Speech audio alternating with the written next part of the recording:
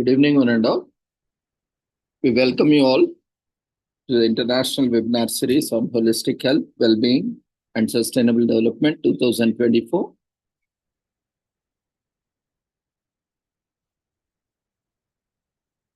Today we are celebrating Indian Social Work Day.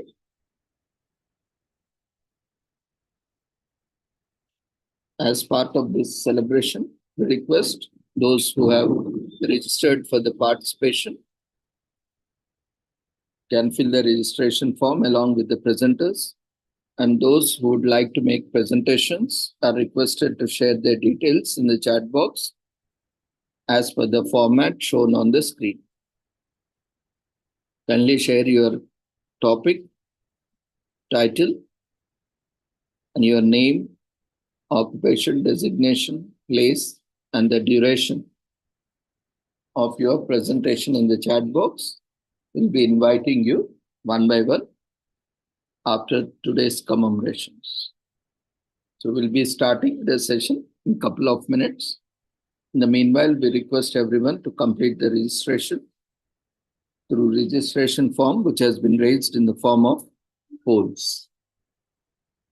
And also request the presenters to share the details in the chat box so that we can invite you for presentations.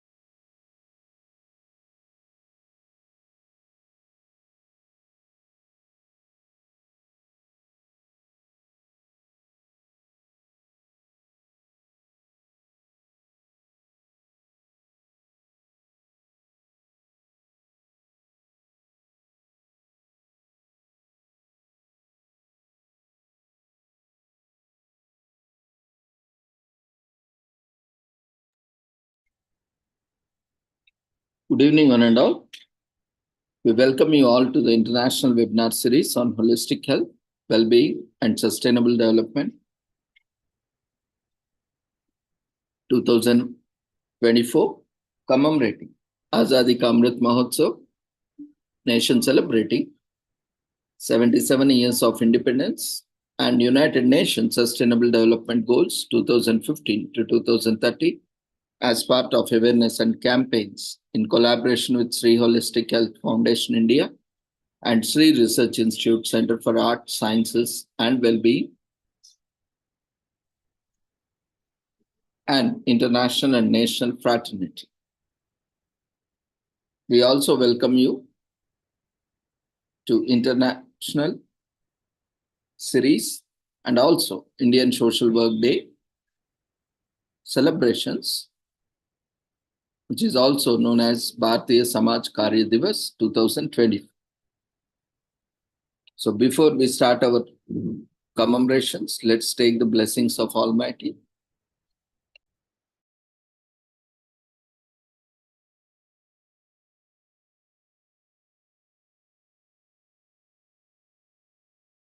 कुरुत्वं कल्याणम् आरोग्यं धनसम्पदः शुभं कुरुत्वं कल्याणम् आरोग्यं धनसम्पदः शत्रुबुद्धिविनाशाय दीपज्योतिर्नमोऽस्तुते दीपज्योतिर्नमोऽस्तुते शुभं कुरु त्वं कल्याणम् आरोग्यं धनसम्पदः शुभं कुरु त्वं कल्याणम् आरोग्यं धनसम्पदः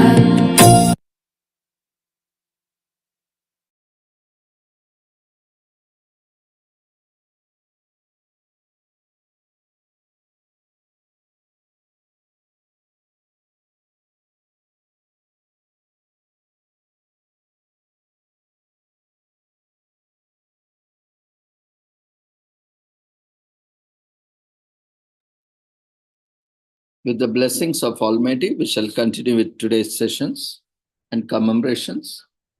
Today, we are commemorating International Day of the Girl Child with the theme for 2024 is Girls' Vision for the Future.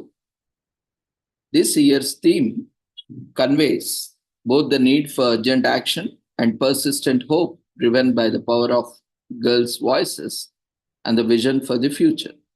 Today's generation of girls is disproportionately affected by global crisis of climate, conflict, poverty, and pushback on hard-won gains for human rights and gender equality.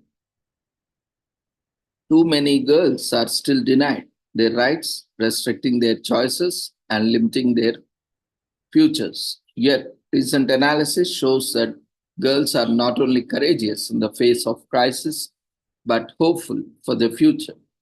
Every day, they are taking action to realize a vision of world in which all girls are protected, respected, and empowered.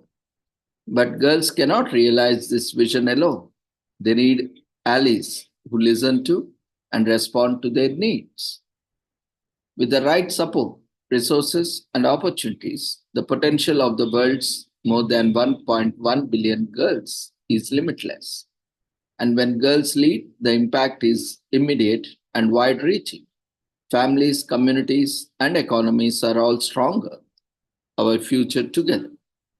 It's time to listen to girls, to invest in proven solutions that will accelerate progress towards a future in which every girl can fulfill her potential. When we look at the background of this day, in 1995, at the World Conference on Women in Beijing, countries unanimously adopted the Beijing Declaration and Platform for Action, the most progressive blueprint ever for advancing the rights of only women.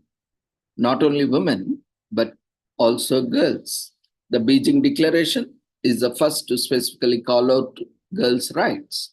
On December 19, 2011, United Nations General Assembly adopted Resolution 67 by 170 to declare October 11 as International Day of the Girl Child to recognize girls' rights and the unique challenges girls face around the world. The International Day of the Girl Child focuses attention on the need to address the challenges girls face and to promote girls' empowerment and the fulfillment of their human rights. Adolescent girls have the right to a safe, educated, and healthy life.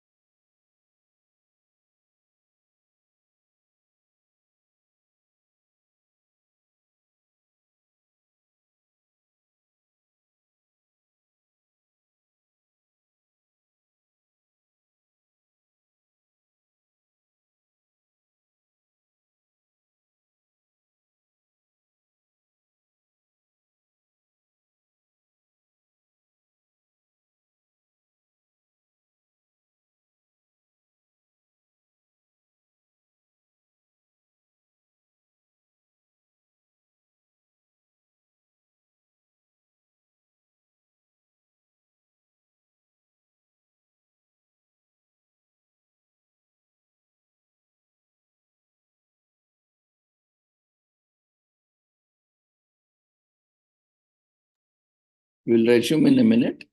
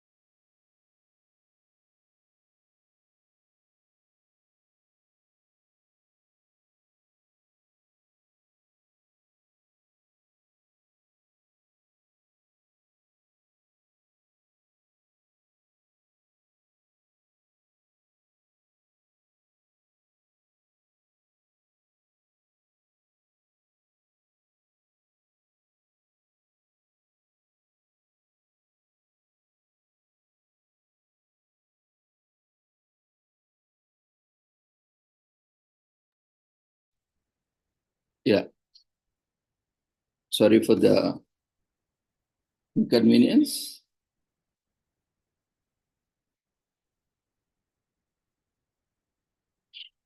So when we look at the background of this day, in 1995, at the World Conference on Women in Beijing, countries unanimously adopted the Beijing Declaration and Platform for Action, the most progressive blueprint ever for advancing the rights of not only women but girls. The Beijing Declaration is the first to specifically call out girls' rights. On December 19, 2011, United Nations General Assembly adopted Resolution 66 by 170 to declare October 11 as the International Day of Girl Child to recognize girls' rights and the unique challenges girls face around the world. The International Day of the Girl Child focuses attention on the needs to address the challenges girls face and to promote girls' empowerment and the fulfillment of their human rights. Adolescent girls have the right to a safe, educated, and healthy life, not only during these critical formative years, but also they mature into women. It effectively supported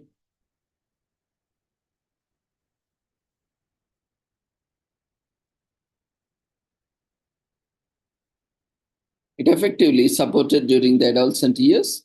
Girls have the potential to change the world, both as empowered girls of today, as tomorrow's workers, mothers, entrepreneurs, mentors, household heads, and political leaders, policy makers.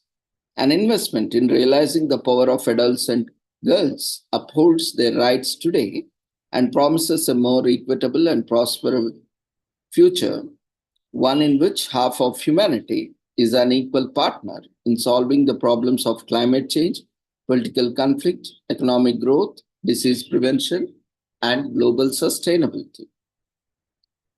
Girls are breaking boundaries and barriers posed by stereotypes and exclusion, including those directed at children with disabilities and those living in marginalized communities, and entrepreneurs, innovators, and initiators of global movements. Girls are creating a world that is relevant for them and future generations. The 2030 Agenda for Sustainable Development and its Sustainable Development Goals, SDGs, adopted by the world leaders in 2015, embody a roadmap for progress that is sustainable and leaves no one behind. So, achieving gender equality and women's empowerment is integral to each of the 17 goals only by ensuring the rights of women and girls across all the goals. We will get to justice and inclusion, economies that work for all, and sustaining our shared environment now and for the future generations.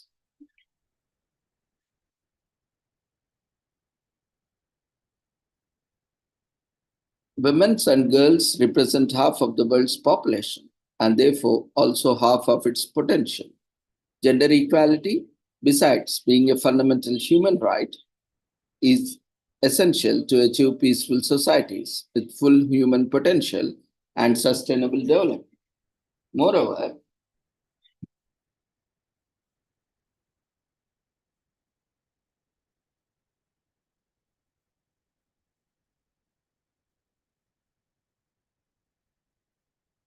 it has been shown that empowering women spurs productivity and economic growth.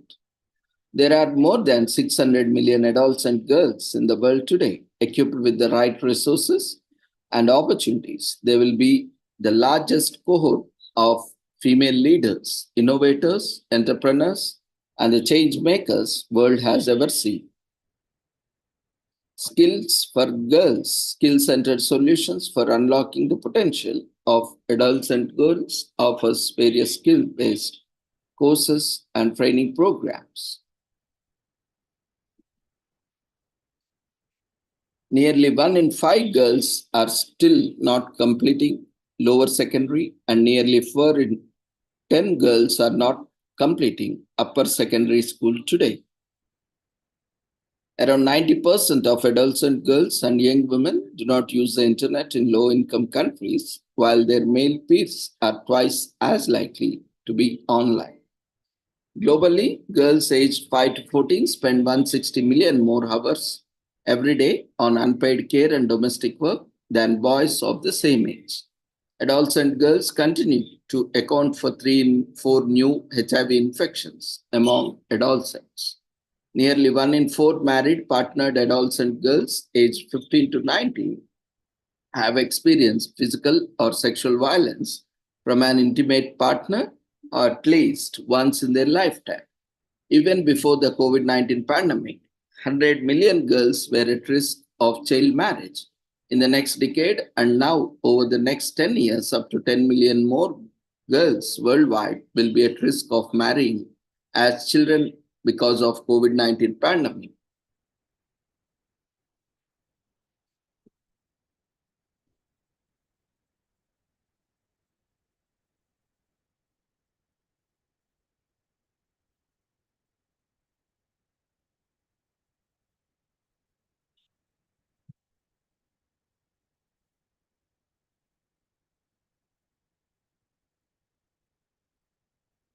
The Adolescent Girls Program Strategy 2022 to 2025,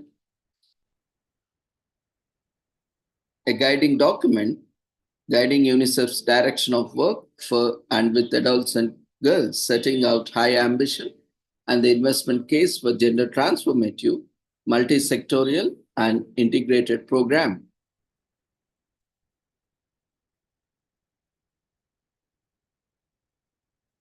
Adolescent girls around the world are speaking up and leading change towards a more gender equal world. But while girls stand ready to help shape our collective future, a myriad of concurrent and interlinked crises and barriers stand in their way. As the global community looks to build back equal, we have a unique opportunity to overcome these challenges and to give adolescent girls the freedom and the power they need to lead and thrive. So UNICEF made several ambitious commitments in 2021 that will, with appropriate follow-up, help the world act on the what way otherwise be a fleeting opportunity to achieve these aims by adopting its most progressive and forward-looking strategic plan, gender policy, and gender action plan to date. UNICEF is committed to advancing bold transformative change for a more gender equal world. These plans, which are grounded in numerous normative frameworks and intended to support the achievement of 2030 Agenda for Sustainable Development, recognize that to achieve success, gender equality must be integrated into all of the UNICEF operations and programmatic work. At the same time, the plans commit UNICEF to undertake transformative actions that place the rights, well being, and leadership of adults and girls at the very core of what we do. They call for specific and targeted actions that promote adults and girls' health, nutrition, learning, and skills, as well as the protection against violence, exploitation, abuse, and harmful practices. This Adults and Girls Program strategy outlines just how UNICEF will advance such program with an aim of supporting adults and girls to achieve their full potential. It articulates a plan for accelerated programming with and for adults and girls that leverages UNICEF's existing work and comparative advantage to promote more multi-sectorial, context-specific, girl-driven, rights-based support that meets adults and girls' diverse and overlapping needs. It is intended to guide UNICEF's actions across the humanitarian, development, and peace nexus, reflecting the wide range of programmatic and technical work at the UNICEF is engaged in with partners in more than 190 territories and countries.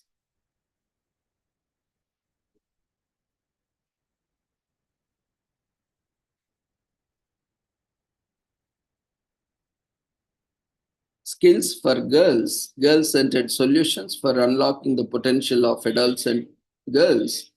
There are more than 600 million adults and girls in the world today equipped with the right resources and opportunities They will be the largest cohort of female leaders, innovators, entrepreneurs, and change makers the world has ever seen. They also have shown tremendous courage, strength, and resilience during unprecedented challenges from the global COVID 19 pandemic to spiraling climate crisis to fragility and conflict. However, their enormous potential remains constrained by multiple interlocking barriers, from negative stereotypes and harmful social norms to discrimination in accessing technology or apprenticeships. Investing in their success creates a ripple effect that benefits individual rights, individual girls, along with their families, their communities, and entire societies. In other words, when girls succeed, we all succeed. The future workforce is projected to focus on science, technology, engineering, mathematics, in short known as STEM, and social entrepreneurship.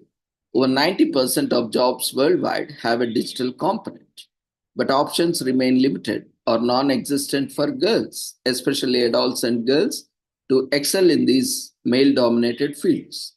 Women represent only 35% of global science, technology, education, and mathematics. Graduates at tertiary level. In many contexts, adolescent girls have no say in decisions that affect them, resulting in programs and services that do not respond to their specific needs, hindering them from reaching their fullest potential. Globally, about 1 billion girls and women lack the skills they need to succeed in rapidly changing job markets, while 1 in 4 girls aged 15 to 19 years is neither employed nor in education or training, compared to 1 in 10 boys of the same age. The COVID 19 pandemic made things even more difficult for millions of girls, particularly those in marginalized communities. Over 11 million girls may not return to school after COVID 19 pandemic, with severe consequences for their futures.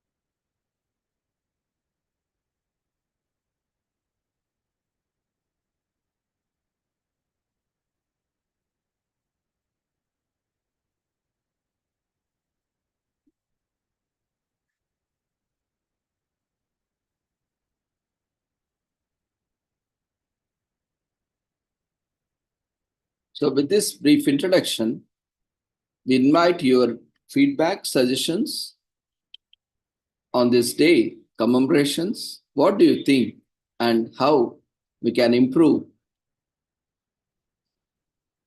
the state of girls, especially adults and girls and women?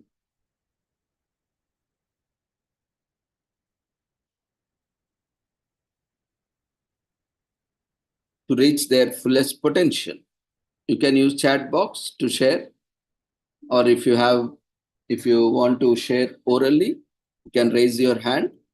We can unmute you so that you can share your views on this topic, or you can feel free to share in chat box.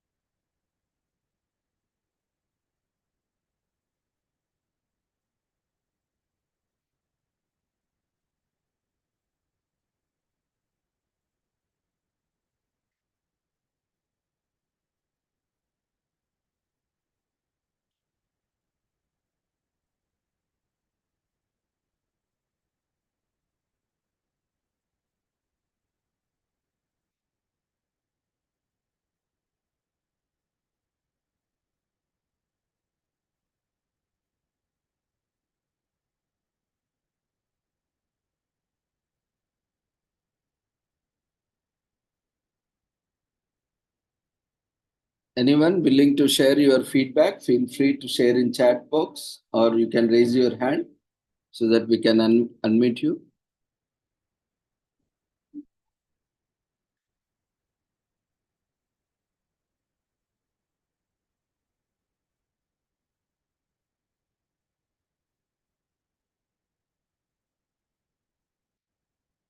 Okay, then if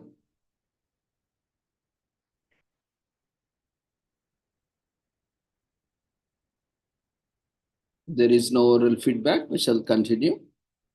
You can continue to share in chat box.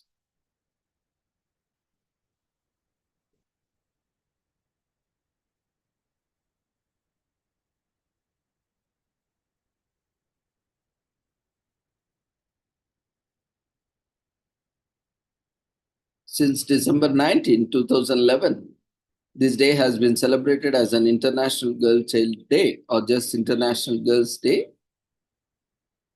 to honor the girls. Calling out for the rights of women and girls was first achieved by the Beijing Declaration in 1995 at the World Conference on Women in Beijing.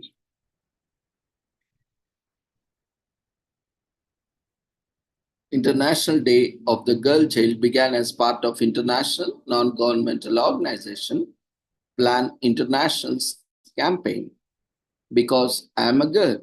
Plan International is a non-governmental organization which works in around 70 countries worldwide. It spearheaded the campaign in 2007, which was aimed to spread awareness on the need of nurturing girls globally and especially in developing countries where conditions are poorer.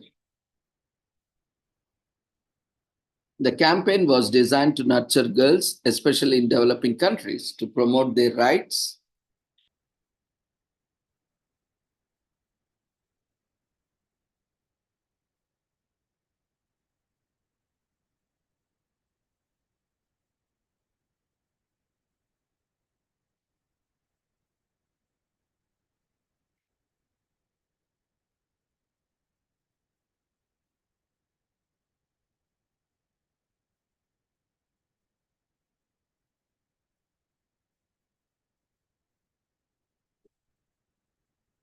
and bring them out of poverty. International Day of the Girl Child was born as an idea during the campaign and grew into practice when it requested the Canadian federal government to seek a coalition of supporters. Eventually, the United Nations became involved. In the 1995 World Conference on Women in Beijing, countries adopted an action plan to support women's rights and to safeguard the future of young girls internationally. With the initiative of Plan International and other bodies also raising their voice in support of girls and women protection, it gained greater traction. It was then formally proposed by Canada to be passed as a resolution in the United Nations General Assembly. Consequently, on December 19, 2011, the UN General Assembly successfully adopted the resolution of recognizing October 11, 2012 as the inaugural day of the International Day of the Girl Child, which was specifically centered around the grave issue of child marriages. Each year, this day was observed with a unique theme. The inaugural theme was Ending Child Marriage. Since then, this day has been celebrated around the world and different initiatives for girl and women empowerment have gained momentum. And each year's theme highlights issues girls face. Its verdict beautifully describes the true empowerment of the girl child, who's as critical to economic growth as boys. It recognizes the meaningful participation of girls in decisions that affect their lives in the key to break the cycle of discrimination and violence and empower young ladies to become spirited, free women of tomorrow.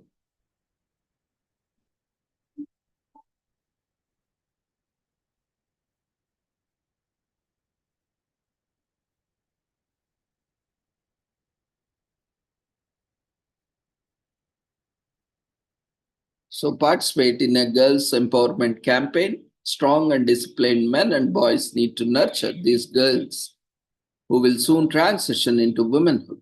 So go ahead and join your girls in the campaigns to spread awareness on gender-based inequality and violence. Around 33,000 girls are married off every day around the world. These little girls become brides at a very young age. An estimated 340,000 girls and young women are infected with the virus every year, and currently more than 3 million girls and young women are living with HIV all over the world and is widely prevalent among girls. Around 44% of the girls between 15 to 19 years of age think it's okay for a husband to beat his wife. So domestic violence is also indirectly is treated common. Girls between 5 to 14 spend more than 28 hours doing labor, which is twice the time spent by boys. They do more unpaid child labor than boys. 96% of the human trafficked individuals for sexual exploitation are girls and women. Girls are shamelessly trafficked for sexual exploitation. Amid the noise of Father's Day, Mother's Day, and even Women's Day, calling out for the rights of little girls who are silently oppressed around the world is an outstanding step. It's on this day we get to appreciate the lassies who lighten up our world. It should be known that an educated and skilled woman is far more effective in preventing infant mortality, is proven to take care of house more sophisticatedly, and hence contribute more to society than an uneducated, unskilled, socially abused woman. It works to eliminate deep rooted gender based issues like deeply entrenched issues and problematic mindsets that have been passed on for generations, have made gender based discrimination and oppression threateningly common in every household. Particularly in developing countries, International Day of the Girl Child seeks to eliminate the tragic predicaments of little girls around the world. Adolescence is a critical point in every person's life. It determines the trajectory of girls' lives, which is why caring for girls in their youth benefits all. If they are empowered at a vulnerable age, they can mature into liberated, wise women of the future. As a society, we all win. All the initiatives taken to nurture girls have been a direct consequence of spreading awareness in the society. Celebrating this day internationally gives a platform to those underprivileged girls to raise their voice and demand equality of rights, education, and health. It gives them a forum to talk about the violence they are subjected and voice their pleas to end cruelty. Our efforts in raising their voice will help them grow and to be free of this inequality. So let's all together support and empower adolescent girls and women.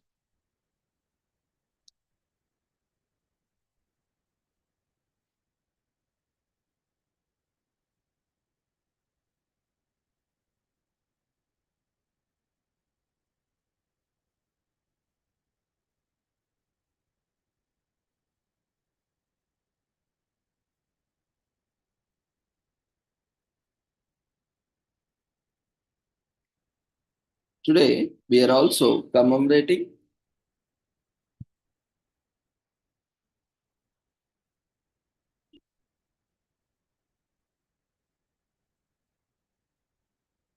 as International Chongyang Festival in China, which is also known as Double Ninth or Autumn Remembrance or the Festival of High Places, which is celebrated annually on the ninth day of the ninth month of the Chinese lunar calendar. This year it will be observed today, that is on October 11th, which is the ninth day of ninth month of Chinese lunar calendar. In China, people celebrate Chongyang by climbing hills and visiting the graves of their ancestors to offer burnt offerings. Families enjoy picnics and flying kites. They believe that as the kites fly away, bad luck also leaves the earth. Chongyang cakes made of rice flour and sugar are enjoyed along with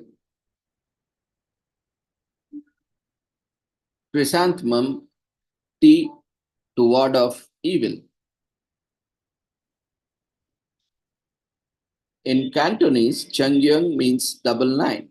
In China, odd numbers are considered yang, positive, so the festival day is believed to be a fortunate one. Furthermore, the word for nine in Chinese is pronounced in a similar way to Chinese character jiu, which means long. Thus, the day of Cheng Yung also represents longevity. In 1989, the day was designated as Senior Day by the Chinese government. One of the legends of Cheng Yang revolves around a man named Huan Jing. According to legend, Jing lost his parents due to the plague. He nearly lost his life too, but he recovered and decided to go on a journey to learn magic. He visited different places and masters, learned about an ancient hill where a Taoist immortal with supernatural power lived. The immortal taught him the art of swordplay and gave him a sword to exorcise demons. Jing received a warning from the divine being who told him to take his family to the highest part of the village to escape the trouble that was about to befall his village. He also gave him Zuyu leaves and chrysanthemum tea. Yuan obeyed this instruction. On the ninth day of the ninth lunar month, he took all the villagers to a hill to wait. Upon his return to village, he discovered a demonic being. Following the advice of the divine being, Jing used his sword to defeat the demon. Because of this great feat, Huan was showered with good luck. In China, people celebrate Cheng Yung by climbing hills and visiting the graves of their ancestors to offer burnt offerings. Additionally, families enjoy picnics and flying kites. And Chengyang cakes made of rice flour and sugar and other garnishes like walnuts and fruit are enjoyed. People also drink chrysanthemum tea to ward off evil and slow aging. So it's a family time. The central point of Chengyung is family. Enjoy the day by spending time with your loved ones.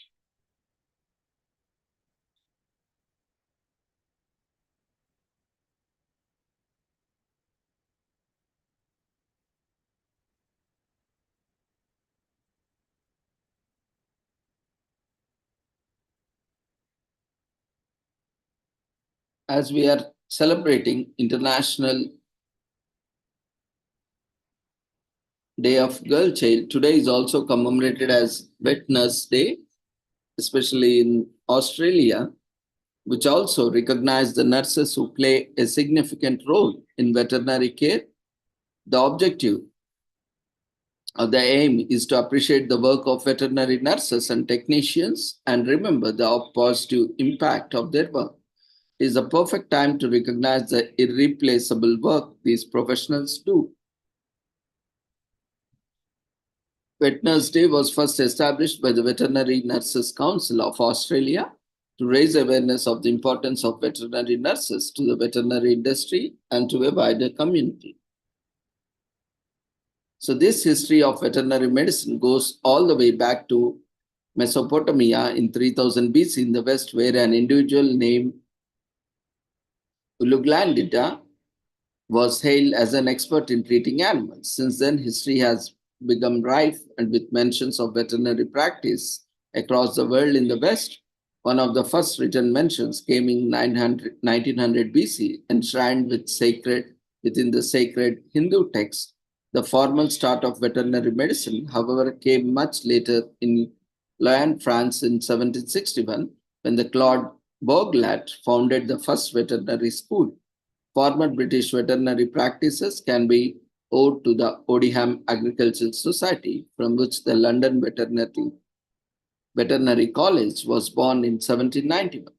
The American Veterinary Medical Association was established in 1863 to advance veterinary medicine and its propounders.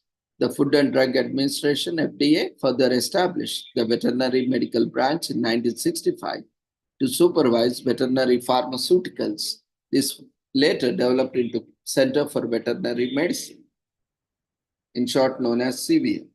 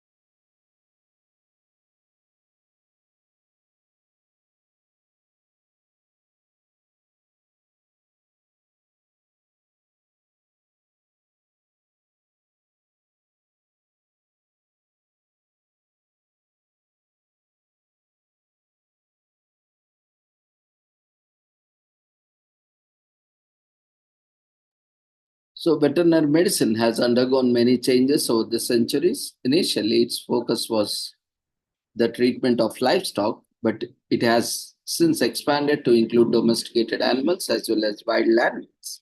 Today, vets and paraveterinary workers, such as vet nurses and technicians, diagnose, treat, and help a variety of animals keep safe and healthy. They are most often obliged to look after animal welfare. They also help maintain the food chain and prevent the spread of zoonotic diseases that transfer from animal to humans. Generally, it takes about 2 to 3 years to qualify as a vet nurse with specialization. They seem to be paid higher in Massachusetts, Vermont, Alaska, California, and Nevada, where they get good pay. Veterinary nurses aid veterinarians by providing nursing care to sick animals. They educate pet owners on proper health care for animals. So let's show gratitude to your local vet nurses by simply thanking them for their work. You will make them feel appreciated. If you can greet them with flowers or a card or any gift, token of gratitude. It's bound to bring a smile to their faces, or even a small gesture of gratitude, even a smile or a thank you would also do. Raise awareness by talking about Vet Nurse Day with your family and friends.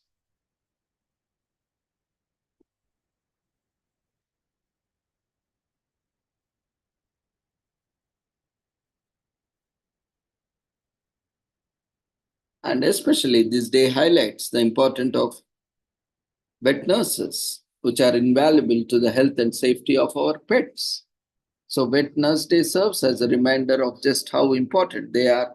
Being a medical professional, especially a nurse, is often a thankless job.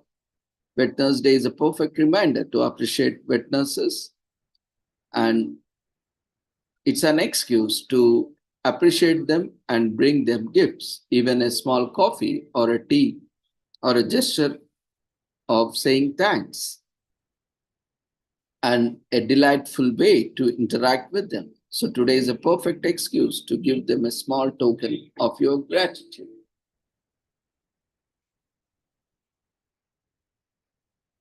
So today is also commemorated as Mahaashtami and also Mahanavami, which is also gives significant importance to the feminine, that is goddess Durga and goddess Lakshmi.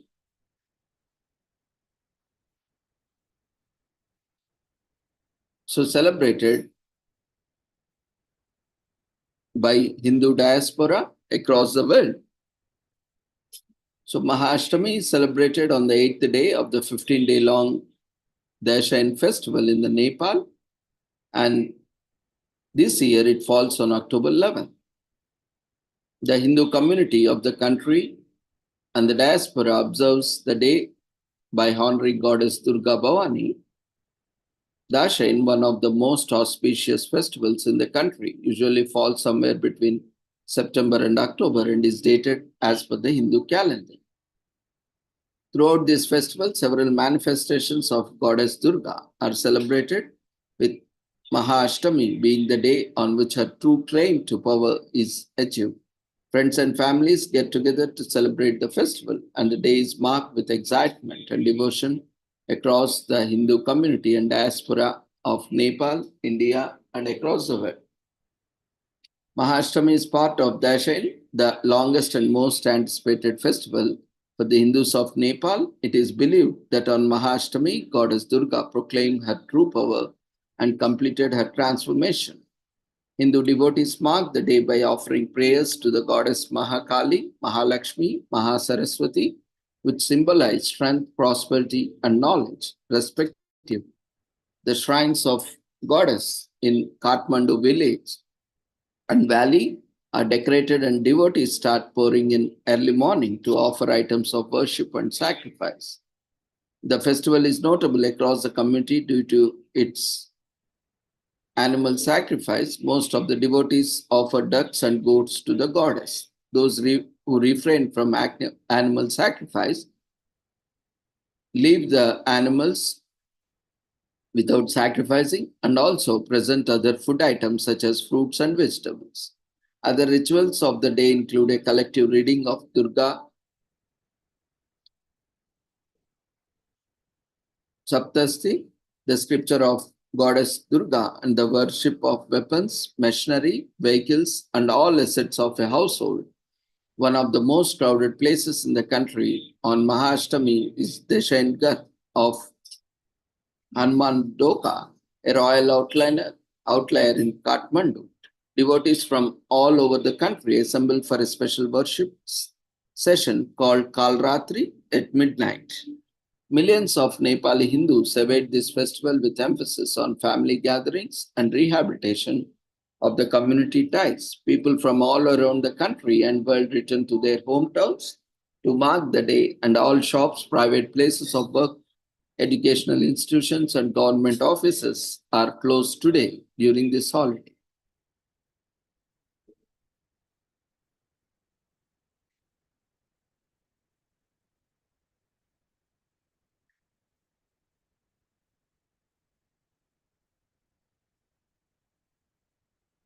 Homes across the Nepal light up with earthen lamps to honor the goddess on this auspicious day, just as Mahashtami honors goddess Durga, who extinguish the darkness of the world.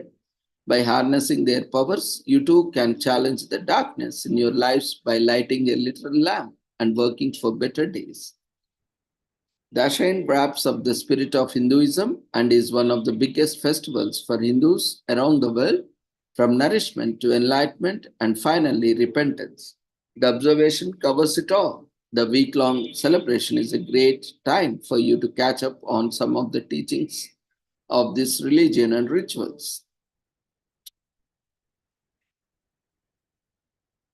So, if you are planning a vacation, book a trip to Nepal somewhere between September and October and enjoy the country in its finest. From some of the finest touring sightings to the incredible action, sports, and of course, the highest ceiling of the Himalayas, the country has it all and makes for an incredible destination for tourism. It is believed that goddess Durga killed many other demons disguised as water buffaloes in her quest to end Mahishasura, the slayer of the evil. Buddhas also celebrate Dashain in Nepal to commemorate Emperor Ashoka's adoption of Buddhism, bringing religions together. Holy Jamara, the yellow grass used in rituals, is planted on this first day of Dashain and grows within 7 days. Women are refrained from entering the room where the main Dashain puja is carried out, as the men are performing rituals. Thousands of devotees used to gather in Kathmandu's royal palace to seek blessings from the kings before the dissolution of the monarchy. So, Goddess Durga ended the reign of terror by waging a war against the demons. The festival symbolizes the importance of picking up the fight and winning the quest against all odds. We celebrate Mahashtami to honor the good fight and seek inspiration from the strength of Goddess Durga. Dashain marks the biggest commotion in the country with people traveling to their homes to celebrate the festival. Towns and villages are lit up with unmatched festive spirit. As devotees drape themselves in the holy teachings of Hinduism. According to Hindu mythology, Goddess Durga was summoned to slay the demon Mahishasura, who had wreaked havoc on the god's residence. The 9 days leading up to Vijayadashmi, the 10th day of Dashain, mark the manifestations of the battle between the goddess and the demon, and it is on Mahashtami, the 8th day, that she receives her full powers. There are also many legends associated with it. And today is also commemorated as Mahanavami, which is also very well known for being celebrated in Nepal and India and other Hindu diaspora across the world on the 9th day of Bada Dashain festival, which happens for 15 days. This year it falls on October 11th, both Ashtami and Navami. As Mahanami falls on the ninth day of the waxing moon in the month of Asoj, as per the lunar calendar, landing mostly in September or October. In recent years, the main reason for rejoicing is that patrons and admirers believe in the greatness and strength of Goddess Durga in protecting them against all the evil in the world. So Dashain is considered as one of the most important and popular festivals celebrated not only in Nepal but all over the world by Hindus and diaspora.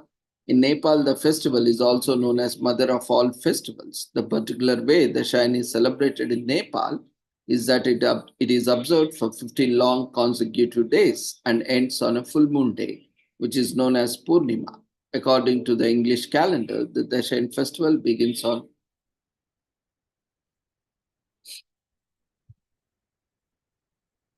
October this month.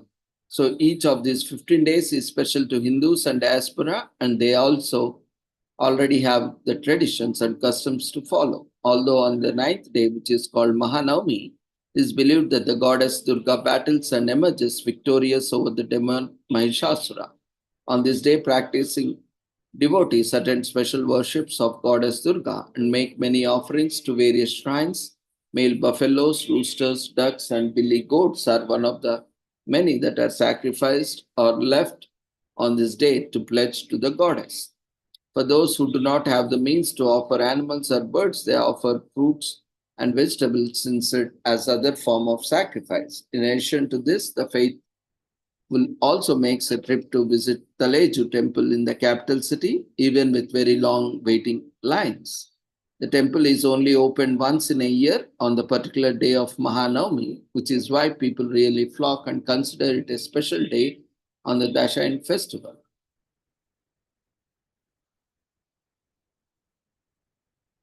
So, according to Hindu mythology, this was the day when goddess Durga slew Mahishasura, the buffalo demon.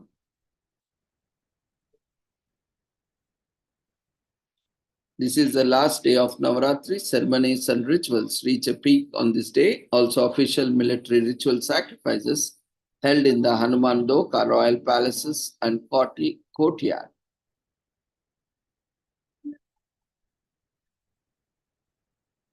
So, one way to feel the spirit of the festival is by wearing new clothes to mark the defeat of evil by Goddess Durga. Almost all the shops have discounts for the manifested festival. Wear some new clothes. Bamboo swings are made in many parts of the country to celebrate, which represents the culture, spirit, and fun of the local tradition. These swings are called ping in Nepal. People clean and even paint their houses as an invitation to the mother goddess. During Dashain, families and friends gather to celebrate this belief. They believe that the best sacrifice to offer is a fresh. People believe that worshipping vehicles and other utensils, tools, and accessories will prevent accidents from happening all year around. So the last and 15th day of the festival is when full moon shows. So Mahanavami is specifically the day when people celebrate the victory of Goddess Durga in fighting of evil for peace and unity. People celebrate the festival Dashain to come together in joy and spirit, and it's a time for blessings. The 15 days of celebration is an opportunity to reunite with your family and relatives. Dashain is a long awaited festival where people have the time to see people they love since they are there for a purpose. This festival is also an opportunity for the people to have fun, people to do more activities such as putting in new clothes, eating new delicacies, creating swings, flying kites, playing cards, and many more.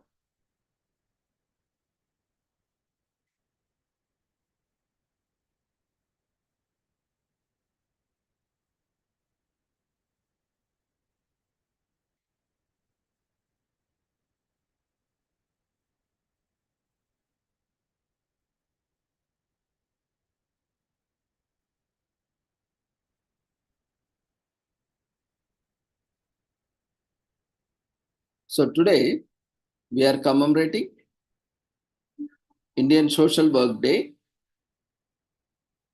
on the occasion of birth anniversary of Nanaji Deshmukh.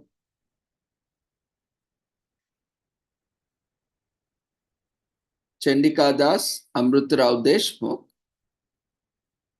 who is popularly known as Nanaji Deshmukh, was born on 11th October 1916 and left his body on 27th February 2010. Was a great social reformer and politician from India. He worked in the fields of education, health and rural self-reliance, rural livelihoods, and rural development. He was posthumously awarded the Bharat Ratna, India's highest civilian award, in 2019 by the Government of India. He was a leader of the Bharatiya Janata Sangh and also a member of Rajya Sabha. Nanaji was born on 11th October 1916 into a Marathi-speaking Deshastha Rigvedi Brahmin family at Kadoli, which is a small town in the Hingoli district, Maharashtra. He worked as a vegetable seller to raise money for his education. He went to high school in Sikar, where the Rao Raja of Sikar gave him a scholarship. He studied in Birla College, now Birla School, Pilani. In the same year, he also joined the Rashtriya Swayam Sevak Sangh, RSS. Although born in Maharashtra,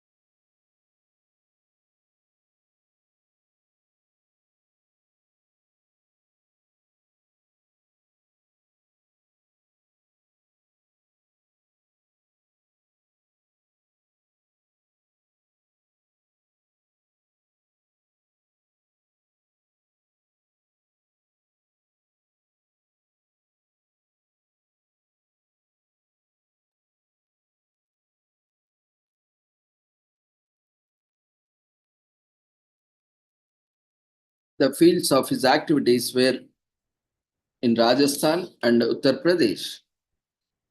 Then the RSS chief, M.S. Govalkar, sent him to Gorakhpur, UP as Pracharak, full-time functionary. He rose to the Sahab Pracharak of the whole of Uttar Pradesh, which has now become the 8th Prant of RSS. Deshmukh became inspired by the Bal Gangadhar Tilak and his nationalist ideology, as well as showing an acquired interest in social service and activities. His family was in close contact with Keshav Baliram Hedgewar, who was a regular visitor to Deshmukh's family. He could discern potential in Nanaji and encouraged him to attend RSS shakas. In 1940s,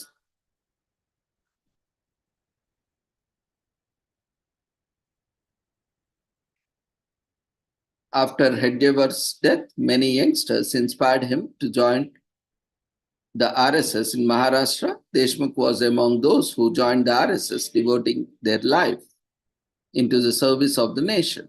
He was sent to Uttar Pradesh as a pracharak. At Agra, he met Deen Dayal Upadhyaya for the first time. Later, Deshmukh went to Gorakhpur as a pracharak to introduce Sangh ideology to the eastern UP. He had to stay in Dharmashala, but had to keep on changing Dharmashalas as no one was allowed to stay there for more than 3 days consecutively. Ultimately, he was given shelter by Baba Raghav Das, reportedly on condition that he would cook meals for him. Within 3 years, almost 250 Sangh Shakas commenced in and around Gorakhpur. He established India's first Saraswati Shishu Mandir at Gorakhpur in 1950. When in 1947, the RSS decided to launch 2 journals, Rashtra Dharma and Panchjanya, as well as a newspaper, Swadesh.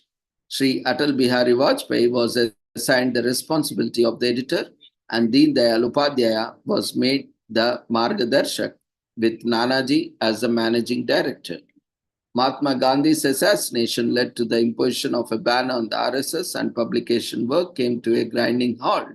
A different strategy was adopted, keeping the ban in mind, and Deshmukh was the brain behind underground publication by the RSS those days, keeping the spirit alive, contributing to the nation. When the ban was lifted and Bharatiya Janasangh came into being, Deshmukh was asked by the Golwalkar to take charge of Bharatiya Janasangh in Uttar Pradesh as its general secretary. Nanaji Deshmukh was given the charge of Bharatiya Janasangh in Uttar Pradesh as general secretary. Deshmukh's groundwork was a great help in strengthening Bharatiya Janasangh BJS at the grassroots. By 1957, BJS had established its units at each and every district in Uttar Pradesh, and credit for this goes to Nanaji, who had extensively traveled all over the state and put in a lot of hard work. His relations with Dr. Ram Manohar Lohia changed the course of Indian politics. Once he invited Lohia in BJS Karyakarta Sammelan, where he met Upadhyaya for the first time, and this association brought the BJS closer to other socialist parties. Lohia and Deshmukh's association led to the first non-Congress coalition government in the Uttar Pradesh after 1967 state elections. Nanaji Deshmukh also actively participated in Bhudan movement started by Vinoba Bhave. He spent 2 months with Vinoba and was greatly inspired by the success and appeal of the movement.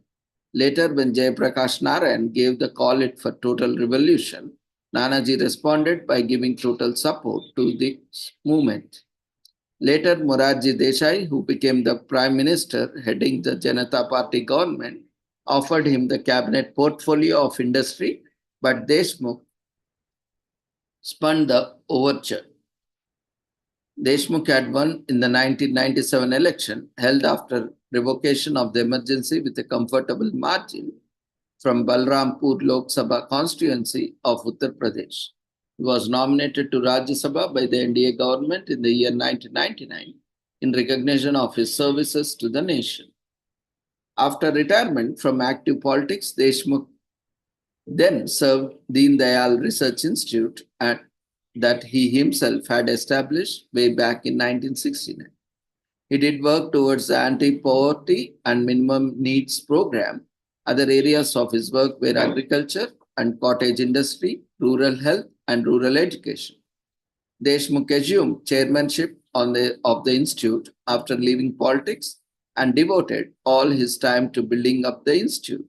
He was also instrumental in carrying out the social restructuring program in over 500 villages of both Uttar Pradesh and Madhya Pradesh states of India. He also published the journal Manthan Introspection, which was edited by K.R. Malkani for many years. Deshmukh did social work in Gonda, UP, Balrampur, and Bid, Maharashtra. The motto of his project was Har Haath Ko Denge Kaam, Har Khet Ko Denge Pani. So he also established Chitrakoot Gramoday Vishwavidyalaya in Chitrakoot, which is India's first rural university, and served as its chancellor.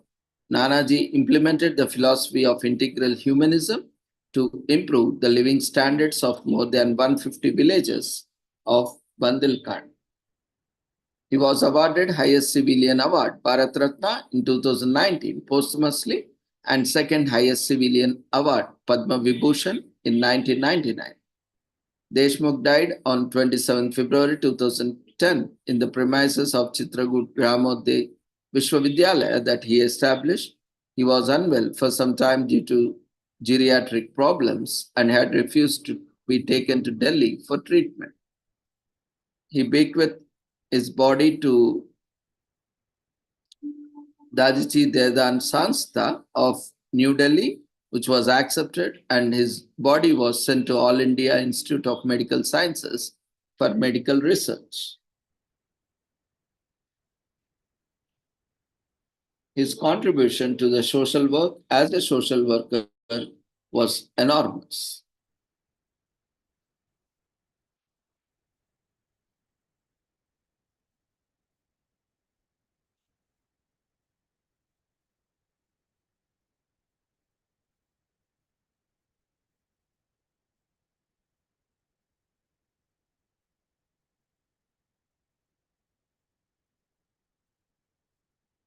Mahatma Gandhi Chitrakoot Brahmodhyaya Vishwavidyalaya, in short known as MGCGV, formerly known as Chitrakoot Brahmodhyaya Vishwavidyalaya and Mahatma Gandhi Gramodhyaya Vishwavidyalaya, which is the first rural state university located at Chitrakoot, Madhya Pradesh, India, was established in 1991 by Nanaji Deshmukh.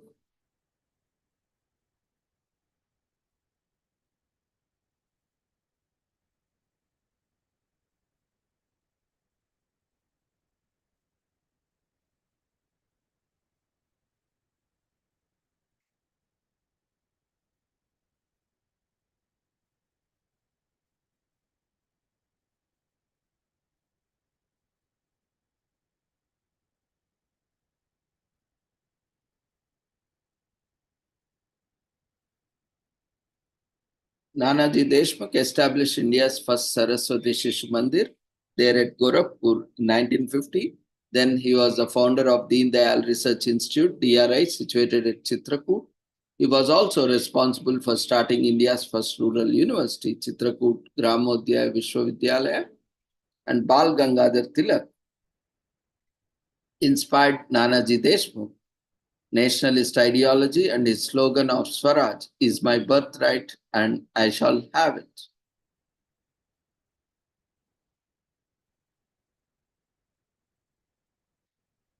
Nanaji Deshmukh was deeply influenced by Gandhi's philosophy of nonviolence, truth, and self-reliance. He followed Gandhi's vision of Gram Swaraj or village self. Pandit Deen Dayal Upadhyaya was a mentor and friend of Nanaji Deshmukh and introduced him to the concept of integral humanism, which advocated for a holistic approach to human development based on Indian values. One of the major contributions to the nation was his active participation in the Bhudan movement started by Vinoba Bhave. The Bhudan movement was a voluntary land reform movement that aimed at redistributing land from the rich landlords to the landless peasants. Nanaji played an important role in carrying out a social restructuring program in over 500 villages of UP and MP, where he implemented the principles of Bhudan and Gramdan, village donation. Reformation of agriculture and rural education he carried out, and cottage industry, rural health, and rural education. He did social work in Gonda, UP, Balrampur, and Beed, Maharashtra.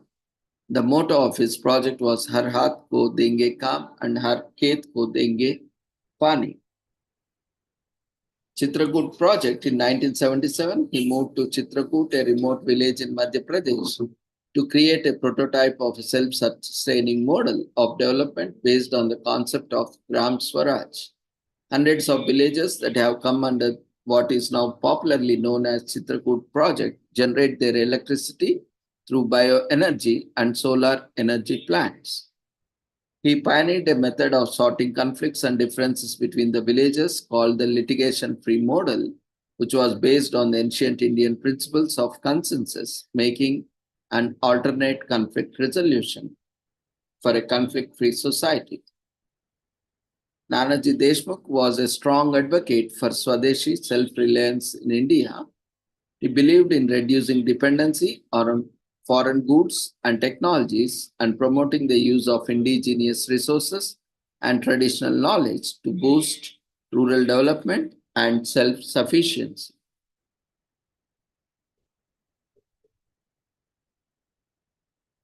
So Nanaji Deshmukh received Padma Vibhushan in 1999, Bharat Ratna Atal Bihari Vajpayee Award in 2019, Deen Dayal Samman by the government of Madhya Pradesh in 2018.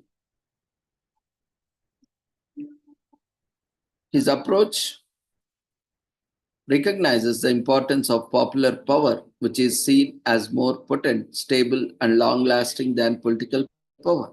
Nanaji Deshmukh stressed the value of gaining administration and governance skills by working with and understanding the needs of the oppressed and disadvantaged.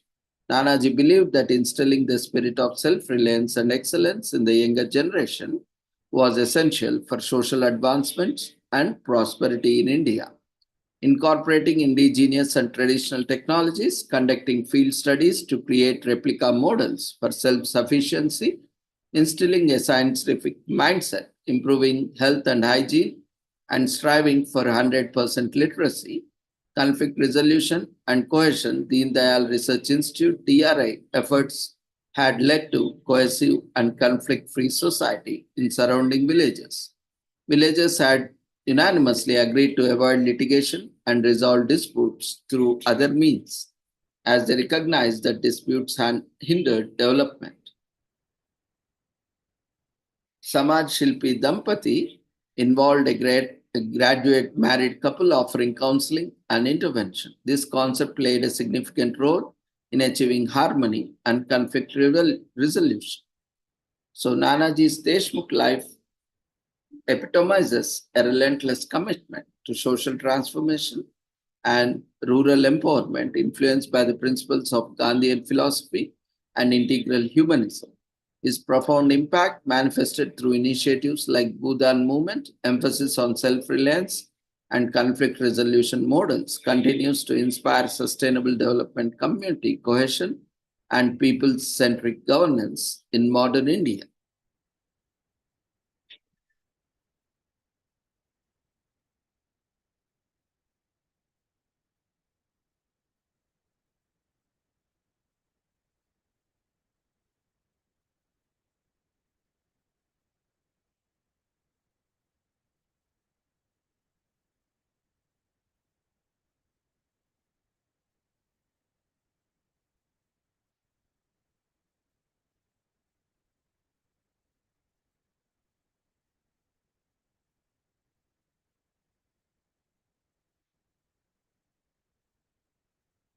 In 1977, when he moved to Chitrakoot, a remote village in Madhya Pradesh, with a mission to create a prototype of self-sustaining model of development based on the concept of Gram Swaraj. For the first time, there was a model which depended on civil society than on the government for development.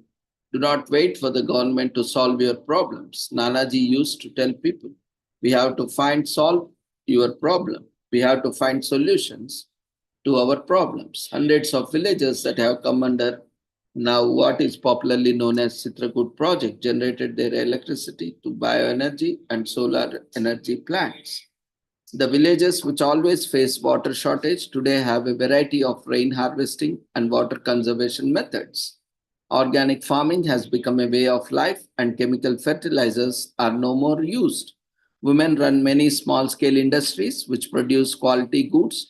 Nanaji established Chitrakoot Gramodaya Vishwavidyalaya in Chitrakoot, India's first rural university, and was also its first vice chancellor.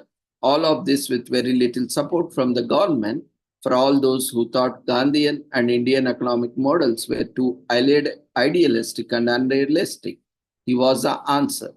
He was an example of holistic development and sustainable development and of the fruits of development reaching the last man and woman.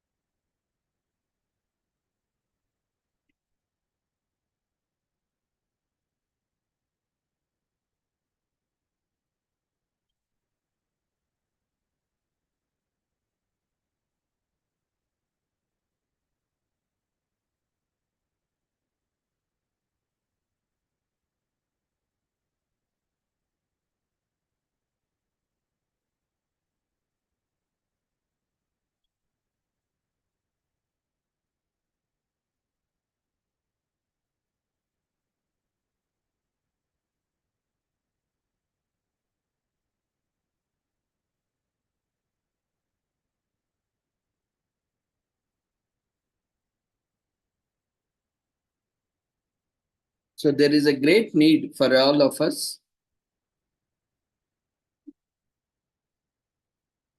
to incorporate indigenous knowledge systems and Indian knowledge systems into our education curriculum work of social work education and also in all faculties of education. Because when we are studying a culture, a model of alien, or foreign cultures, then we are not able to implement in its in totality, and the benefits are also jeopardized.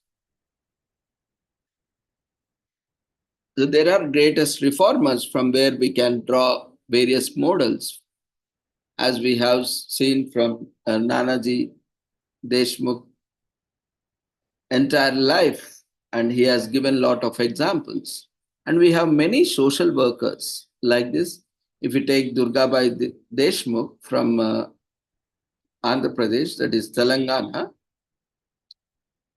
she was a great Indian freedom fighter, lawyer, social worker, and politician as well. A public activities for the women's emancipation, as today we are commemorating, International Day for the Girl Child.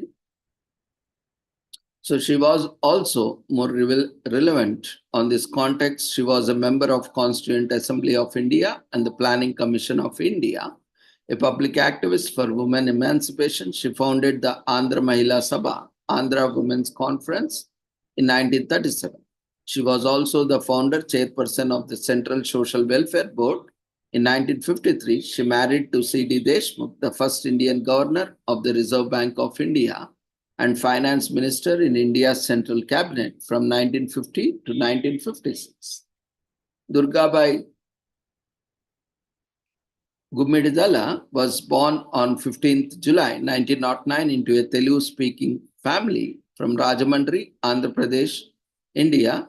Durgabai was married at the age of 8 to her cousin Subbarao. She refused to live with him after her maturation, and her father and brother supported her decision. She later left him to pursue her education. In 1953, she married the then finance minister of India, Chintaman Deshmukh. According to her own account, Prime Minister Jawaharlal Nehru was one of the three witnesses. C.D. Deshmukh had a daughter from previous marriage, but the couple remained otherwise childless. Though she had parted ways with Subbarao, she supported his widow,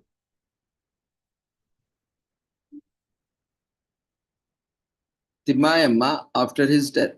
Timmayamma lived with Durgabai and Chintaman Deshmukh, and Durgabai also organized for her to get vocational training. Durgabai Deshmukh authored a book called The Stone That Speaketh. Her autobiography, Chintaman and I, was published 1 year before her death in 1981. From her early years, Durgabai has been associated with Indian politics. At age 12, she left school in protest to the imposition of English medium education. She later started the Balika Hindi Pathshala in Rajahmundry to promote Hindi education for girls. When the Indian National Congress had its conference in her hometown of Kakinada in 1923, she was a volunteer and placed in charge of the Khadi exhibition that was running side by side. Her responsibility was to ensure that visitors without tickets didn't enter. She fulfilled the responsibility given to her honestly, even forbade Jawaharlal Nehru from entering. When the organizers of the exhibition saw that what she did and angrily chided her, she replied that she was only following instructions. She allowed Nehru in only after the organizers bought a ticket for him. Nehru praised the girl for the courage which she did her duty.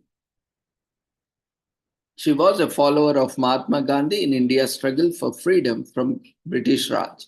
She never wore jewelry or cosmetics, and she was a satyagrahi. She was a prominent social reformer who participated in Gandhi-led salt satyagraha activities during the civil disobedience movement. She was instrumental in organizing women satyagrahis in the movement. This led to British Raj authorities imprisoning her 3 times between 1930 and 1933. After her release from prison, Durgabai continued her studies. She finished her BA and MA in political science in the 1930s from Andhra University. She went on to obtain her law degree from Madras University in 1942 and started practicing as an advocate in Madras High Court. Durgabai was the president of the Blind Relief Association. In that capacity, she set up a school, hostel, and a light engineering workshop for the blind. Durgabai was member of Constituent Assembly of India. She was the only woman in the panel of chairmen in the Constituent Assembly. She was instrumental in enactment of many social welfare laws. She failed to get elected to Parliament in 1952 and was later nominated to be a member of the Planning Commission. In that role, she mustered support for a national policy on social welfare. The policy resulted in the establishment of a Central Social Welfare Board in 1953. As the board's first chairperson, she mobilized a large number of voluntary organizations to carry out its program, which were aimed at education, training, and rehabilitation of the needy women, children, and the disabled. She was the first to emphasize the need to set up separate family courts after studying the same during her visit in China in 1953. She discussed the idea with Justice M.C. Chagla and Justice B.B. Gajendra Gadkar of the Bombay High Court at that time, and was also with Jawaharlal Nehru with similar demands for speedy justice for women in familial matters. From women's movement and organizations, the Family Courts Act was enacted in 1984. She was the first chairperson of the National Council on Women's Education, established by the Government of India in 1958. In 1959, the committee presented its recommendations as follows. So the central and state government should give priority to the education of girls. In the Central Ministry of Education, a department of women. Women's education should be created. For proper education of girls, the director of women's education should be appointed in each state. Co-education should be properly organized at higher level of education. The University Grants Commission should specify a definite amount separately for the education of girls. In the first phase of development, provision of free education should be made for girls up to class 8. Facilities in the choice of optional subjects should be made available for girls. Girls should get training facilities on a liberal basis. Education of girls should be given due encouragement in rural areas. A large number of seats in various services should be reserved for them. Programs for development of adult women's education should be properly initiated and encouraged. So, to commemorate her legacy, Andhra University Visakhapatnam has named its Department of Women's Studies as Dr. Durgabai Deshmukh Center for Women's Studies. In 1963, she was sent to Washington, D.C. as a member of the Indian delegation to the World Food Congress. Durgabai Deshmukh was then elected to the Constituent Assembly from Madras province. She was the only woman in the panel of chairmen in the Constituent Assembly. She proposed Hindustani, that is Hindi plus Urdu as the national language of India, but also expressed fear about forceful campaign for Hindi in South India. She proposed a period of 15 years of the status quo to enable all the non-Hindi speakers to adopt and learn in Hindi. She received various awards like Paul G. Hoffman Award, Nehru Literacy Award, UNESCO Award for outstanding work in the field of literacy, Padma Vibhushan Award from the Government of India, Jeevan Award and Jagadish Award. She established various organizations like Andhra Mahila Sabha in 1938, Council for Social Development, Durgabai Deshmukh Hospital in 1962, Sri Venkateshwara College in New Delhi, Andhra Education Society, AES, was founded in 1948 by Dr. Durgabai Deshmukh to serve the educational needs of Telugu children residing in Delhi.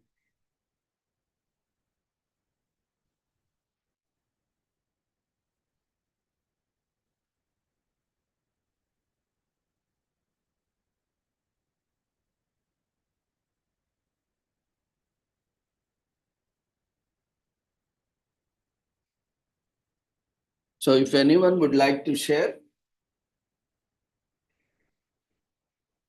anything related to Indian social work or the importance or the need of Indianization or indigenization of social work, you are free to share in chat box or you can raise hand so that we can have an open discussion on this.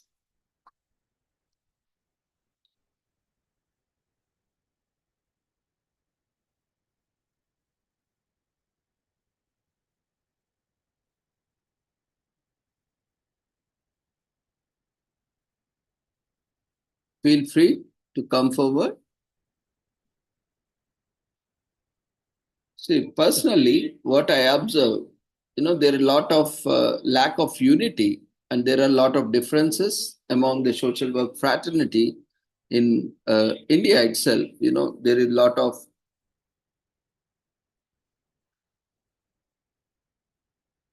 non-consensus, which is also creating a lot of issues in Indianization of Indian education system because of the concept, especially, the lot of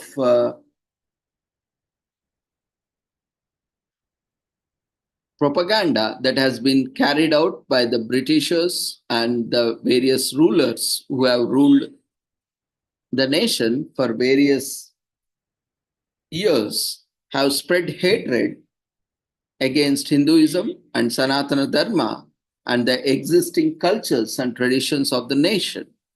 India stands the only nation in the entire world where the majority is being discriminated, is being suppressed, is being targeted,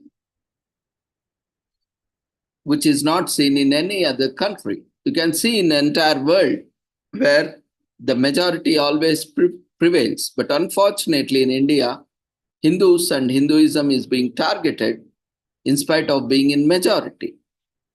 This unique situation does not exist in any country in the world because of the goodness by the Hindus and the more compassionate of being and treating everyone, because we have a very rich traditions of Sanatana Dharma where we abide by the universal order and we treat everyone as part of Vasudhaiva Kutumbakam.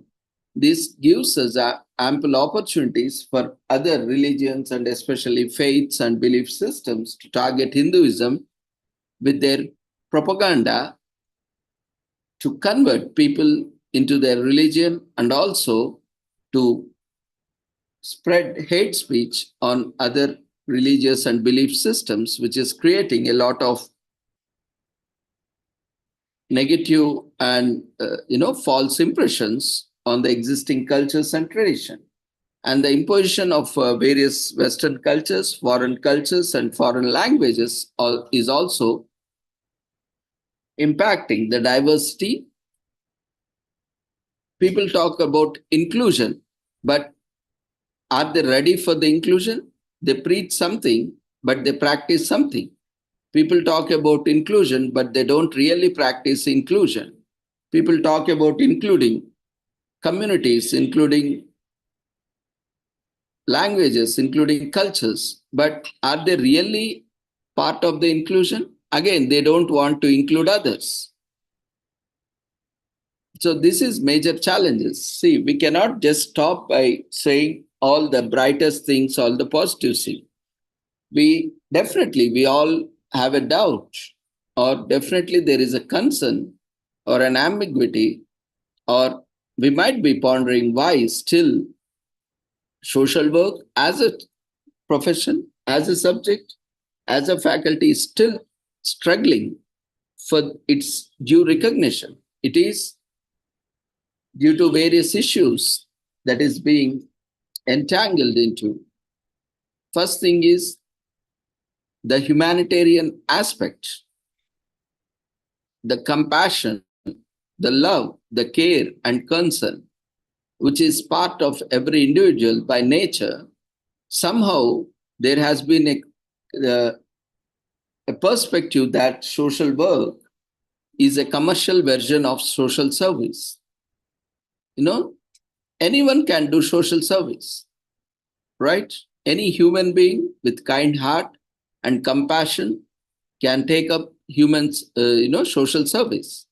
But when coming to social work, often we see social workers don't come forward as others are coming forward.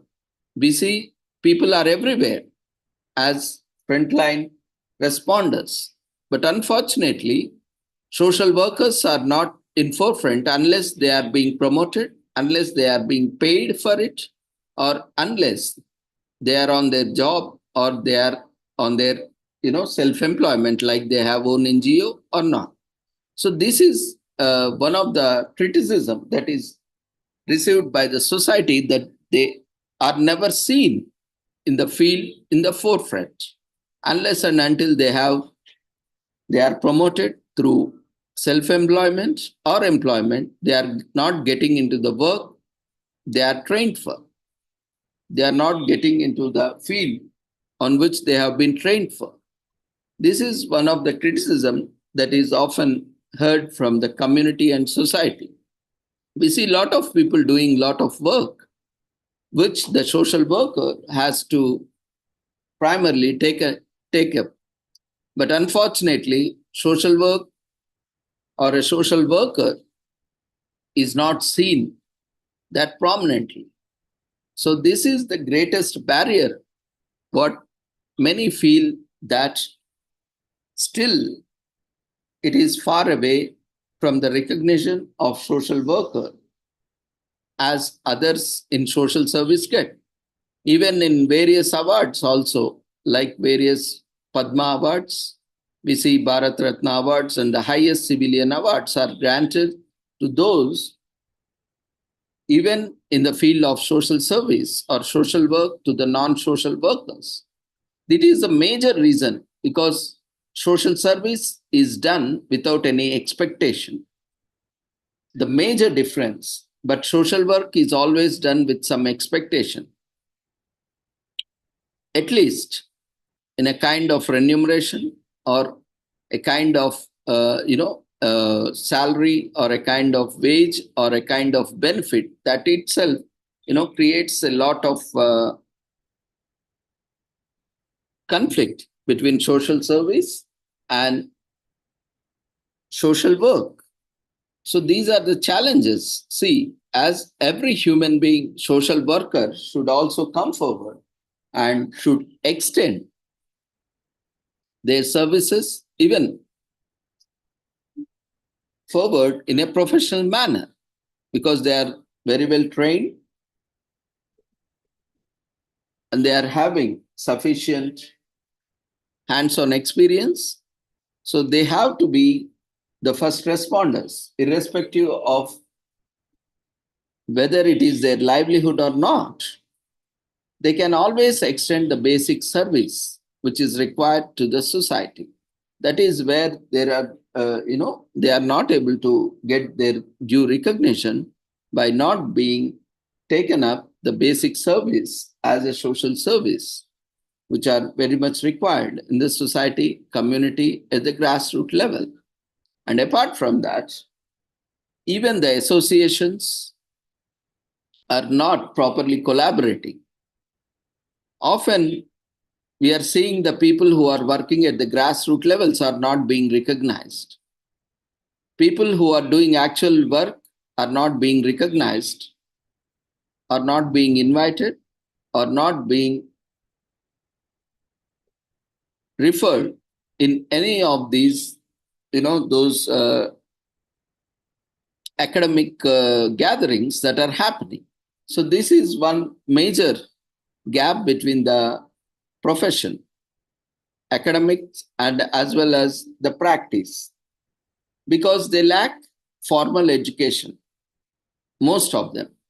Because those who are pursuing social work as education are not really into the practice at grassroots level, most of them. And even if they are involved, they are at a higher hierarchical level, not at a grassroots level. So that also impedes and creates challenges And even social workers are also expecting it as more as a white collar job. In fact, it is only a white collar job when it is at a certain hierarchy. Otherwise, a social worker have to be on the ground at the grassroots level. Not every job that is involved in social work is a white collar job. Often it involves the starting career, always involves being at the grassroots level. So we have to be prepared for working at a grassroots level within the community that provides ample of opportunities so that you can quickly move on to the upper hierarchy. And even so, we can see, though there is considerable amount, significant amount of contribution that is being done by the academia and also by the professional and also by the social workers and social work associations, still there is a huge gap. And that is very much clearly evident. We can see there is a lot of differences between social work associations and within associations, outside associations. We see there is a lot of conflicts even in celebrations. People do not collaborate unless and until they have a win-win situation. This doesn't work always.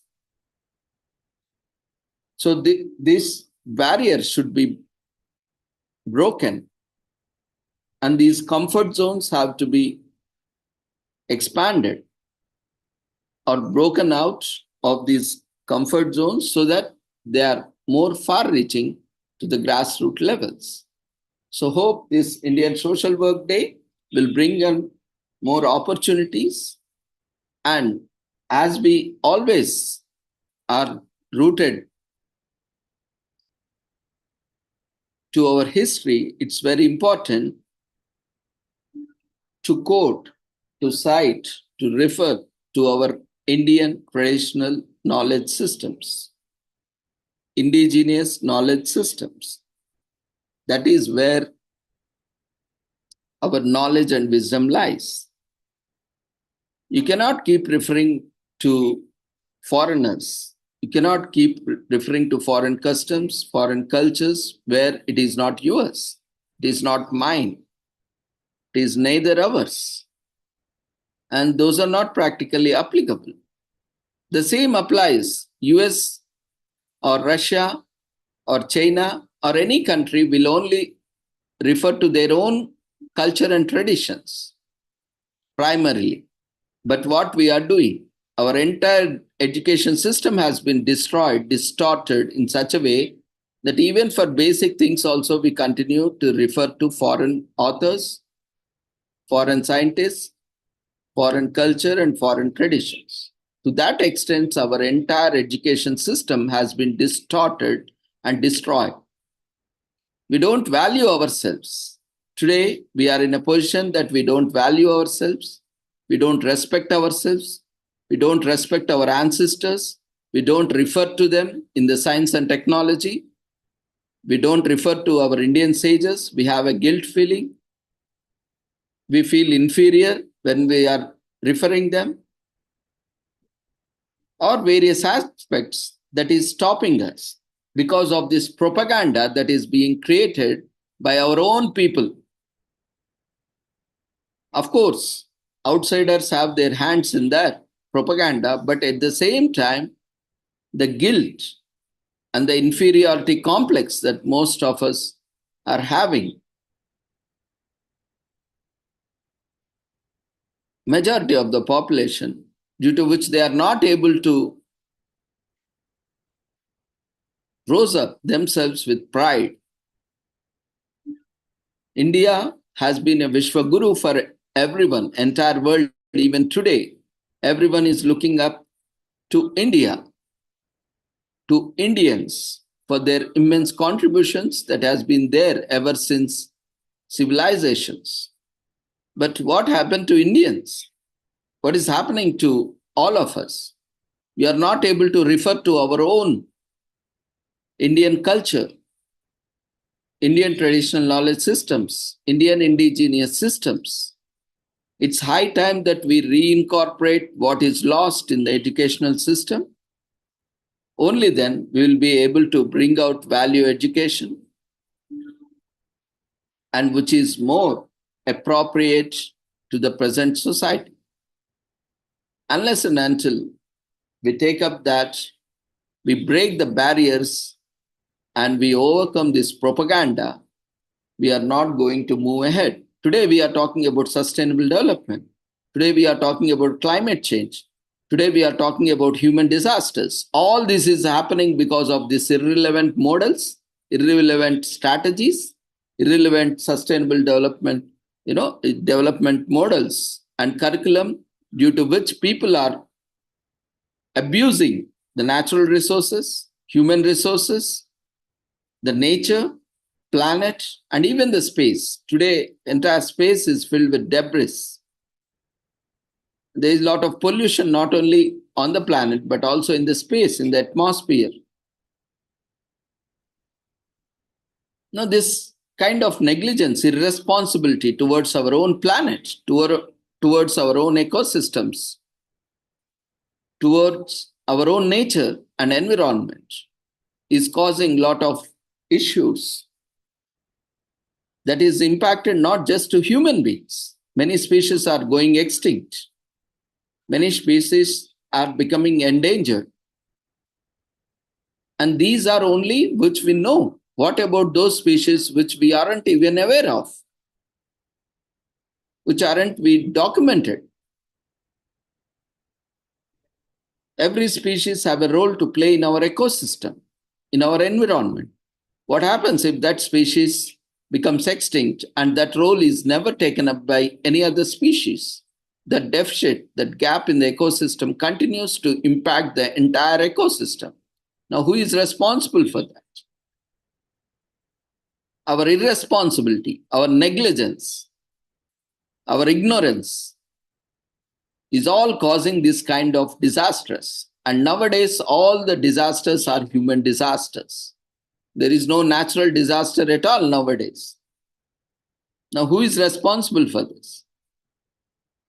Our ignorance, our negligence, our attitude towards our own natural and artificial resources, lack of value-based education, lack of ethics, morals, all these are contributing to disasters. Disasters in our personal lives, in our professional lives, in our communities, and nation at large and planet at large. Unless and until we incorporate our indigenous knowledge systems into our curriculum, into our education, into our profession, into our practices, planet cannot be saved. We cannot be saved from human disasters. Disasters in all fields. Disasters in education, disasters in employment, disasters in profession, disasters in entrepreneurship. It will continue. Everywhere we'll be able to see more disasters. The only solution is sustainable development. Sustainable development will only happen when there is a sustainable model like Sanatana Dharma, where everyone is treated equal, everyone is valued, everyone is respected, everyone is provided with equal rights and opportunities, including plants, animals, and human beings. Otherwise, we'll start exploiting the natural resources, we start polluting the rivers, water bodies, and we don't get fresh water to drink. We pollute the air with harmful gases and pollutants. We don't get fresh air to breathe. We pollute the soil and land. We don't get fresh produce from the soil. And we consume highly polluted vegetables, fruits, and food grains. And we have all kind of adulterated food. Why these all things are happening? And there is a lot of social crime that is happening, social disobedience that is happening, and social conflicts because of lack of peace, harmony. All these can be addressed only with indigenous knowledge system, which are more appropriate to respective cultures. Today we talk about diversity, but where is the diversity? You want only one language, say one or more language, English to be widely prevalent everywhere. You are killing the diversity by promoting one or more languages. Where is the diversity? You talk about inclusion. Where is the inclusion? You are forcing languages on people, and today many languages have become endangered. Many languages have gone extinct. You are talking about inclusion, you are talking about diversity, but what you are doing in practice, you are forcing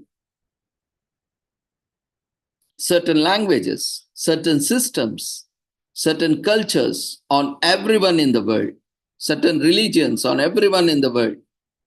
You talk about diversity, you talk about inclusion, but in practice, what you are doing exclusion. You are not including everyone. You are intolerant.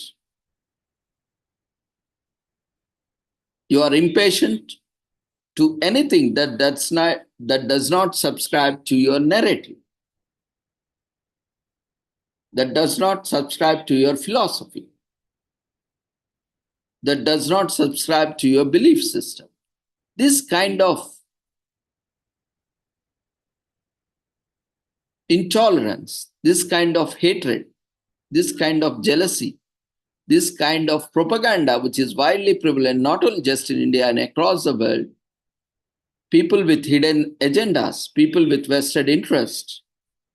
As long as they continue with this, you cannot see sustainable development, and people will continue to pay, and people will continue to suffer. People will continue to go through the pain because we are not in harmony with the nature. We are not in harmony with the environment. We are not in harmony with ourselves. Now,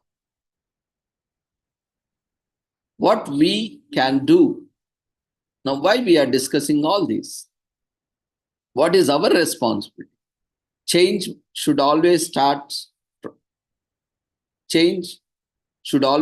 with us, every one of us, not just me, you, every one of us.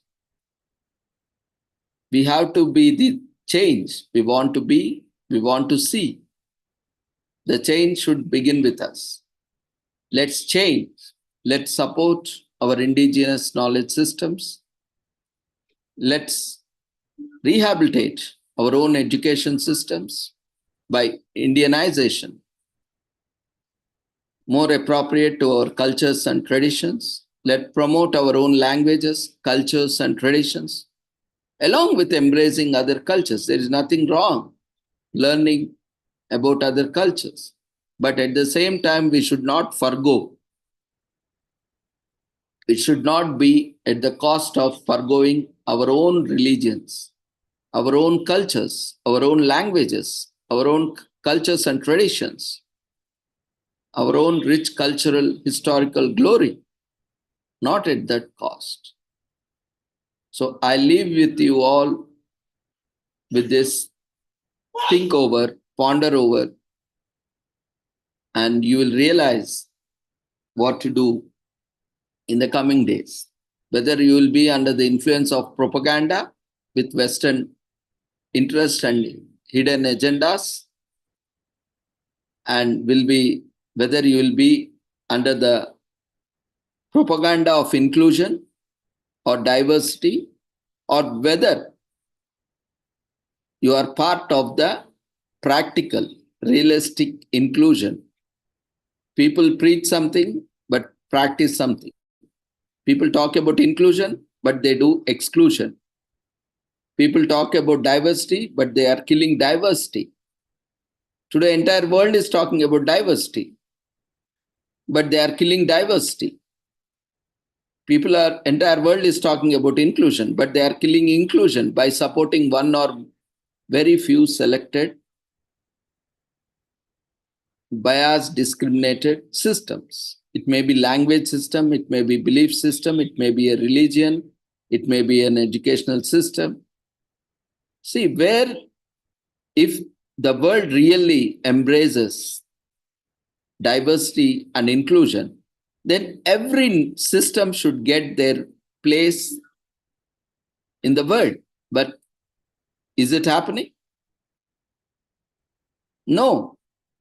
Can anyone say, is it happening? Confidently? No, because we see everyday languages are going extinct. Every day, some culture is going extinct.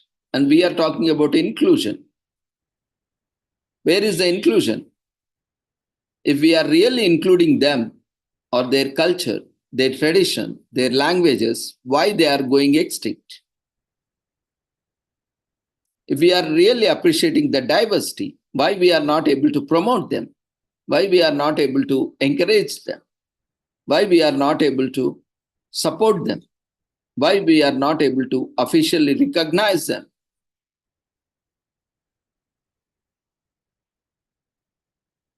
I'm leaving it to you all to ponder.